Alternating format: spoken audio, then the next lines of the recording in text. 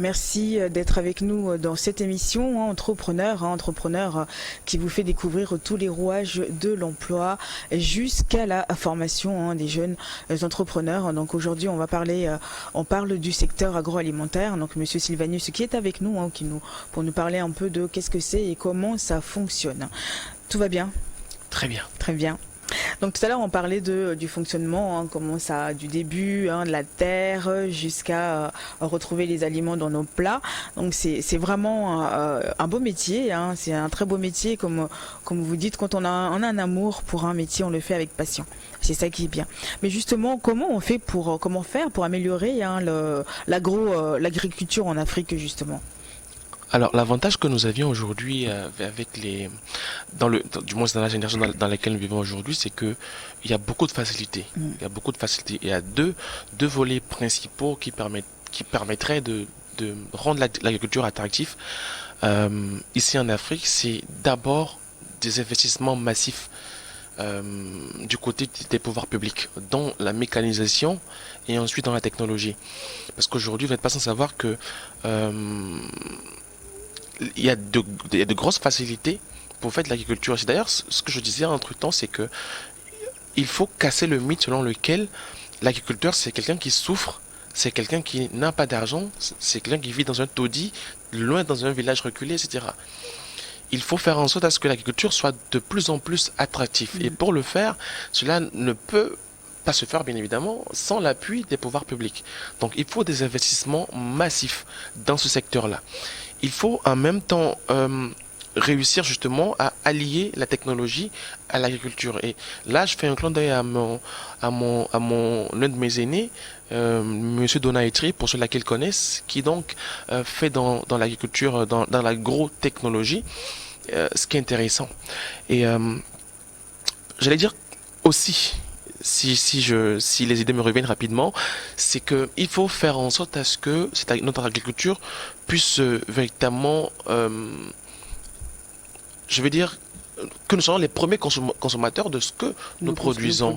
Parce que la réalité, c'est que nous avions tendance à, surtout pour les grosses industries, à produire des choses que nous ne consommons pas. Donc notre agriculture est très exportative et malheureusement nous sommes très dépendants de l'importation des produits que nous consommons. C'est d'ailleurs pour ça que nous rencontrons aujourd'hui beaucoup de difficultés dans la production de pain. Aujourd'hui, vous n'êtes pas sans savoir que le prix du pain a augmenté, tout ça parce que justement, la farine, exactement. C'est ça vient d'ailleurs. Le blé, exactement, ça vient d'ailleurs. Donc, entre-temps, j'ai vu des photos. Le chef du gouvernement a fait une descente dans les entreprises agroalimentaires qui font dans le pain et tout ça. Mais je suis de ceux qui pensent qu'il faut aller dans l'anticipation, surtout quand vous faites de la politique. Exactement. Il faut anticiper les problèmes. Il ne faut pas attendre à ce que les problèmes arrivent avant de trouver les solutions. Moi, je suis de ceux qui pensent qu'on aurait pu y penser plus tôt. Mais largement beaucoup plus tôt. Largement beaucoup plus tôt, en y investissant de l'argent, des ressources, et faire en sorte à ce qu'aujourd'hui, nous puissions facilement avoir une voie de sortie. Par rapport justement à cette flambée de prix. Aujourd'hui, on s'oriente tous vers le pain à base de manioc, farine de manioc. Mais est-ce que, comme vous dites là, il ne faut pas attendre que les problèmes arrivent avant de courir et aller chercher des solutions dans tous les sens? On valorise pas assez nos produits. Bon, il y a eu l'histoire de consommation locale, mais c'est vrai, quand tu vas dans les supermarchés ou ailleurs, on va pas systématiquement vers les produits de chez nous. C'est ça le grand paradoxe en fait des politiques africaines, c'est-à-dire que on donne l'impression, moi je fais toujours la différence entre les grandes réformes politiques et puis de la cosmétique politique. La cosmétique politique, c'est tout ce qui est mis en œuvre pour donner l'impression aux populations qu'il y a beaucoup de choses qui se font dans les tests. Par contre, sur le terrain, on rencontre d'autres difficultés. C'est ça les grandes réformes politiques dont je parle. Certains me diront, mais pourquoi toujours la politique? Justement parce que c'est là-bas qu'il y a la clé. C'est la politique qui, en réalité, crée les conditions. Et c'est le secteur privé qui crée de la richesse. Donc, il faut d'abord qu'il y ait les conditions avant que le secteur privé ne puisse créer de la richesse. Donc, on aurait pu anticiper sur cette problématique-là. Aujourd'hui, c'est vrai qu'on fait la promotion des produits à base de manioc, enfin du pain à base de manioc et tout ça, mais nous ne sommes pas habitués à cela. Et dans les supermarchés, justement, on se rend compte qu'il y a beaucoup de produits importés Beaucoup. qui viennent concurrencer les produits locaux. Et les gens se plaignent. Généralement, les clients se disent, les produits locaux sont plus chers que les produits importés. C'est vrai. C'est ce qui est fou. Justement parce que, déjà, la question que je vous pose, c'est que les produits locaux sont chers par rapport à quoi? C'est par rapport aux produits importés. Alors, les produits importés fonctionnent sur la base de ce qu'on appelle l'économie d'échelle. C'est-à-dire qu'on produise, mais vraiment en très très grosse quantité, ce qui fait que même après le transport dans les pays, dans les autres pays, les taxes, la douane et tout ça, le prix reste toujours très très bas par rapport aux produits locaux. Et les produits locaux peinent, mais vraiment à trouver des financements pour se développer, ça c'est un. De deux, après la production, il faut faire la promotion. Donc ça aussi c'est payant. Et après, il faut la distribution. Il faut une certaine logistique. Et le condensé de tout ça fait que les entreprises, les PME locales n'ont pas suffisamment de ressources pour faire des productions à grande échelle. Et au final, on fait une petite production avec une main-d'œuvre abondante ou des ressources abondantes. Et il faut bien rentabiliser. Ça peut pas être en dessous de. Du coup, finalement, les produits sont chers. Et moi, je dis toujours aux gens, si vous consommez les produits locaux, je vous assure que ce qui est aujourd'hui à 2000, demain sera peut-être à 500 francs CFA. Pas parce que l'entrepreneur, le producteur, d'un coup de baguette magique a décidé de baisser le prix, mais c'est simplement parce qu'il y a désormais une économie d'échelle. La production est industrialisée, la grande consommation est là, et plus les gens consomment, plus il sera plus obligé de gagner 1000 francs sur un produit s'il a la possibilité de gagner 100 francs sur 20 produits. C'est ça le principe. Donc dans les supermarchés, je pense que je vais revenir aux politiques, il faut faire en sorte à ce que les produits importés qu'on a déjà de façon locale puissent être mais vraiment tassés de sorte à ce que les produits locaux puissent être promus. Il faudrait plus que ce soit simplement un slogan consommer local, mais qu'on retrouve dans les rencontres politiques de grande envergure des produits importés comme du Lipton par exemple. Je dis ça, je dis rien. On va passer à la rubrique l'Afrique brille de Coco. Donc Coco qui va nous parler d'un autre secteur que les gens rêvent d'avoir comme métier. La régie, s'il vous plaît.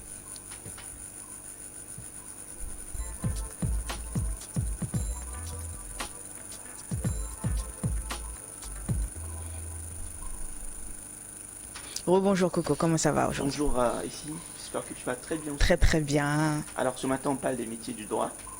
Et bien évidemment, quelqu'un se pose la question de savoir quand on parle de droit exactement, il s'agit de quoi? Le droit, c'est l'ensemble des règles juridiques qui existent pour assurer la paix, la justice et la protection dans une société. Alors parlant des métiers de droit, nous allons parler spécifiquement de 4 métiers aujourd'hui. Il y a l'avocat, juge, notaire, juriste. Alors l'avocat, c'est un professionnel du droit qui a pour rôle d'aider, d'informer, de défendre ses clients. Alors, vous pouvez espérer devenir un avocat après un Master 1 ou un Master 2 de droit, puis après l'obtention de votre certificat d'aptitude à la profession d'avocat. Alors, pour devenir un juge, c'est d'abord, le métier de juge consiste à prononcer des jugements sur les litiges qui lui sont soumis par des parties ou sur réquisitoire du parquet. Il existe différents types de juges. Alors, par exemple, le juge d'application des peines ou encore le juge des enfants. Ainsi, pour devenir juge, vous devez être titulaire d'un master en droit. Et puis, ensuite, intégrer l'école nationale de la magistrature. Alors, nous parlons de notaire. Le rôle de notaire ou encore la mission principale du notaire est d'authentifier les actes. Mais il a également une mission de conseil vis-à-vis de sa clientèle. Le notaire peut aussi gérer les affaires de ses clients comme le patrimoine familial, immobilier et mobilier. Pour devenir notaire, il vous faudra obtenir un master en droit notarial suivi d'une période d'apprentissage en études notariales. Nous allons finir avec le juriste. Être juriste, c'est être spécialiste du droit. Souvent, beaucoup de personnes confondent être un avocat, être juge et être un juriste. Beaucoup de personnes pensent que être un juriste, c'est en même temps être un avocat, mais c'est juste un métier de droit. Alors, être un juriste, vous pouvez devenir juriste en droit social, en droit fiscal, etc. Il a un rôle de conseil et s'intéresse aux évolutions fréquentes de la loi. Ainsi, il est en mesure de conseiller les dirigeants et les salariés d'une entreprise, aussi de les aider dans une prise de décision. Et pour devenir justement un juriste, vous devez être titulaire au minimum d'un diplôme de niveau Bac plus 5. Alors pour ceux qui aspirent à devenir ou encore faire carrière dans le métier de droit, alors 4 conseils à leur donner ce jour. D'abord, il faut être persuasif, il faut être éloquent, il faut aimer voir et lire dans les détails. D'abord, aimer lire beaucoup et lire dans les détails. Je pense que c'est sur ça que nous allons nous arrêter aujourd'hui. Et la semaine prochaine, nous allons revenir sur un autre métier. Merci beaucoup, Coco, pour nous mettre en lumière ce métier. Donc, vous avez vu un petit peu, vous avez écouté tout ce qu'il faut pour devenir un juge, avocat ou notaire. Voilà. Donc, à la semaine prochaine pour un nouveau métier. Monsieur Sylvanus, voilà, c'est encore un autre cas, un autre secteur qu'on met en avant, parce que beaucoup rêvent d'être avocat, un barreau à la cour, etc. Donc là, nous aujourd'hui, on parle de l'agroalimentaire qui est vital en gros pour nous, c'est ça. En dehors de ça, vous êtes manager international aussi, entrepreneur manager chez AS Partners. Parlez-nous un peu de vos autres activités, s'il vous plaît. Alors, je suis pas manager international, j'ai fait le management international. Management international. Donc, oui, donc je suis à la tête de AS Partners. Donc, c'est la structure que j'ai créée il y a quelques temps, qui fait donc l'événementiel, dans l'agro-business et puis dans... j'ai oublié le secteur. La communication. La communication, tant pour moi. Donc, alors, voilà, c'est ce qu'on fait. On se focalise principalement sur le branding et le packaging.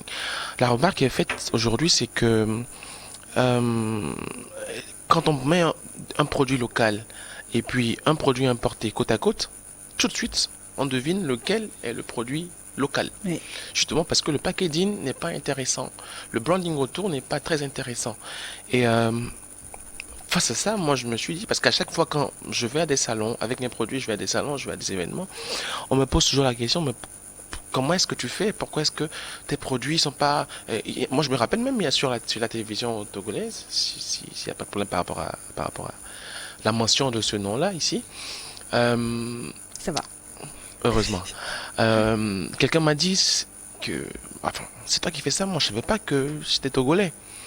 Pour dire en fait que j'ai toujours pris l'habitude de soigner quand même le branding de mes produits. Parce que c'est important. Je sais que les clients consomment d'abord par la vue. C'est ce qui attire, c'est ce qui donne envie. Et ça aussi, il faut de l'argent. C'est d'ailleurs pour ça que les entrepreneurs locaux n'arrivent pas justement à pouvoir le faire. Donc nous, ce que nous voulons proposer, c'est faire du branding, aussi du packaging, pour justement faire en sorte à ce que les produits locaux soient mieux attractifs et puissent se vendre plus facilement ici ou à l'extérieur. Il faudrait que le client se dise, ça c'est fait d'où? Avant de savoir, c'est fait ici. Donc il faut qu'il y ait ce choc émotionnel là. Donc nous travaillons là-dessus. À part ça, il y a aussi l'événementiel. Beaucoup d'événements en cours, les conférences, les ateliers de formation. Mais ce n'est pas que ça. Il y a des événements comme ce qu'on vient de citer plus haut. Le Salon de technologie et d'innovation de Lomé, qui bientôt aussi va reprendre sa deuxième édition. Il y a le Festival des Bénézards que nous sommes en train d'organiser. Ça, c'est pour des organisations religieuses. Il y a quoi d'autre? Cœur en cœur, parce qu'à chaque fois, à chaque fin d'événement, nous avons pris l'habitude de faire des dons à des orphelinats, voilà, pour des causes. Et on essaie quand même d'allier l'utile à l'agréable en faisant en sorte à ce que tout puisse véritablement je veux dire, aider la société à un meilleur vivre ensemble. Et vous, en tant qu'entrepreneur, quels défis vous faites face au quotidien? Écoute, les défis sont là pratiquement chaque jour. Chaque jour, c'est une nouvelle chose à faire. Chaque jour, c'est un nouvel engagement avec ses problématiques. Chaque jour, c'est un problème à résoudre.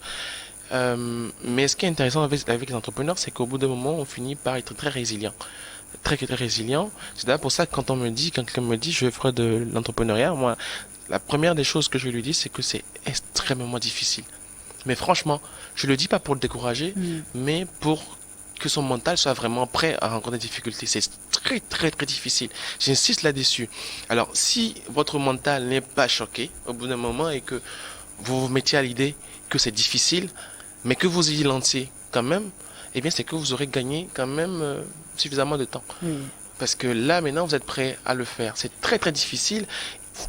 Difficile d'avoir des financements, difficile d'avoir des clients, difficile de mettre en place une équipe qui soit vraiment là, parce que l'autre difficulté, c'est que quand on est un jeune entrepreneur, on veut bien pouvoir payer les gens à leur juste valeur, mais vu qu'on manque de moyens, on manque de ressources, eh bien on est obligé de payer quelqu'un je dis n'importe quoi, à 50 000 au lieu de 100 000 francs CFA par exemple. Et la personne étant bien consciente de tout l'effort qu'elle fournit, eh bien, on va se dire au bout d'un moment, eh bien, je vais voir ailleurs. Ouais, c'est ça. Et c'est autant de paramètres, autant de difficultés qu'il faut résoudre.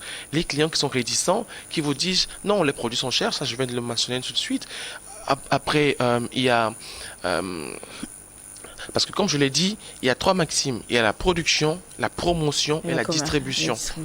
Donc, tous ces paramètres-là nécessitent beaucoup d'argent. Et malheureusement, les PME en Afrique, pour ne pas dire au Togo, se concentrent principalement sur la production parce qu'ils n'ont pas beaucoup de moyens. Après, une fois qu'on a le produit, il faut bien promouvoir, il faut faire la télé, il faut faire la radio, il faut faire les médias. Et ça, c'est aussi beaucoup d'argent dans la communication. Et après, il faut pouvoir rendre les produits accessibles aux gens, être dans chaque boutique, dans les coins de rue, pour rapprocher les produits vers les populations. Et ça, c'est dans la distribution. Donc, il faut avoir une logistique bien établie. Donc, ces paramètres-là sont très, très difficiles à mettre en place, surtout quand on est un jeune entrepreneur comme moi, comme mes collègues et mes camarades.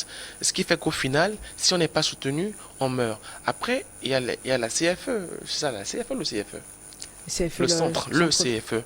Donc, qui va chaque mois vous sortir des chiffres comme quoi il y a tel nombre de personnes qui ont ouvert leur entreprise, mais ils ne vous disent pas après combien enfermés.